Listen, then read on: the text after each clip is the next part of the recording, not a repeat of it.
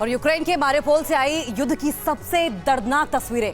रूसी सेना की बर्बरता के बाद शहर की सड़कों पर बिखरे पड़े हैं शव। अमेरिका और ब्रिटेन के बाद कनाडा ने भी पुतिन की बेटियों पर लगाया सैंक्शन। श्रीलंका में प्रदर्शनकारियों पर पुलिस ने की फायरिंग और चीन सोलोमन द्वीप में सुरक्षा करार से अमेरिका हुआ परेशान। दुनिया में तीसरे विश्व युद्ध के खतरे से जुड़ी खबरों के लिए आइए देखते हैं तीसरा विश्व युद्ध टॉप 9।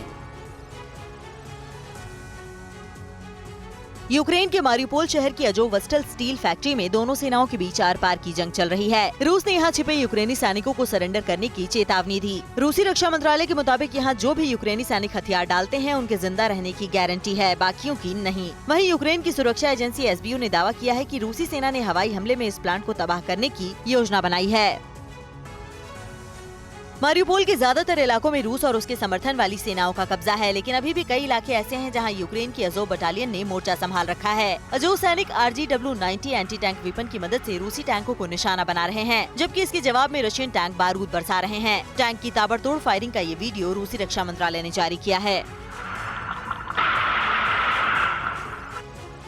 मारियोपोल के वॉर जोन से दिल दहला देने वाली तस्वीरें सामने आई हैं। शहर में रूसी सेना की मचाई तबाही के बाद सड़कों पर लाशें बिखरी पड़ी हैं। युद्ध की तबाही का ये दर्दनाक मंजर रूह कपा देने वाला है। मानवता को शर्मसार करती ये तस्वीरें बूचा की याद दिलाती हैं, जहां से नरसंहार का भयानक मंजर सामने आया था। मारियोपोल में रूस की इस बर्बरता के बाद यूक्रेन के एक अधिकारी ने कहा है कि अब रूस के साथ शांति वार्ता और मुश्किल हो जाएगी।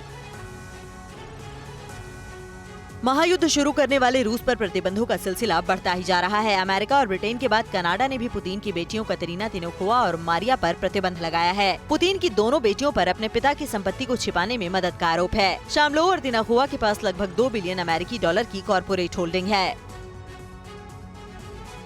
रूस यूक्रेन जंग में एक अहम कड़ी बनकर उभरे ब्रिटेन के प्रधानमंत्री बोरिस जॉनसन कल भारत दौरे पर आ रहे हैं। बोरिस जॉनसन इस दौरान पीएम नरेंद्र मोदी से मुलाकात करेंगे। ये मुलाकात कई मायनों में बेहद खास होने वाली है, क्योंकि अभी कुछ दिन पहले ही अमेरिकी राष्ट्रपति बाइडेन और पीएम मोदी की वर्चुअल मीटिंग हुई थी और अब बाइडेन के बाद बोरिस का भारत की तरफ रुख करना देश के कद और प्रभाव को साबित करता है। आर्थिक संकट से जूझ रहे श्रीलंका में हिंसक झड़प के बाद पुलिस ने प्रदर्शनकारियों पर फायरिंग कर दी, जिसमें एक श्रीलंकाई नागरिक की मौत हो गई, जबकि करीब 10 लोग घायल हो गए। आसमान छूती महंगाई से परेशान श्रीलंका की जनता सरकार के खिलाफ जोरदार प्रदर्शन कर रही है। राजधानी कोलंबो समेत देश के कई इलाकों में सरकार विरोधी प्रदर्शन में जनता की पुलिस के साथ हिंसक झड़प का मामला सामने आया है। चीन और सोलोमन द्वीप के बीच एक अहम सुरक्षा करार ने अमेरिका और ऑस्ट्रेलिया की नींद उड़ा रखी है। ऐसा माना जा रहा है कि इस करार के बाद चीन सोलोमन द्वीप में कानून व्यवस्था को कायम करने के लिए पुलिस और दूसरे सैन्य बल भेज सकेगा, लेकिन अमेरिका और ऑस्ट्रेलिया ने इसे दुनिया की आंखों में धूल झोंकने वाला करार बताया है। इनके मुताबिक इस समझौते के जरिए चीन प्रशांत इलाके में अपनी सैन्य तैनाती बढ़ाना चाहता है।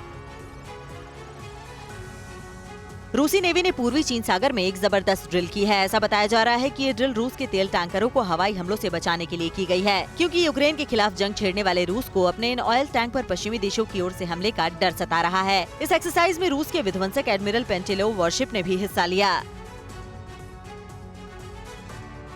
फिक्र आपकी, सोमवार से शुक्रवार रात 9 बजे सिर्फ TV9 भारतवर्ष पर।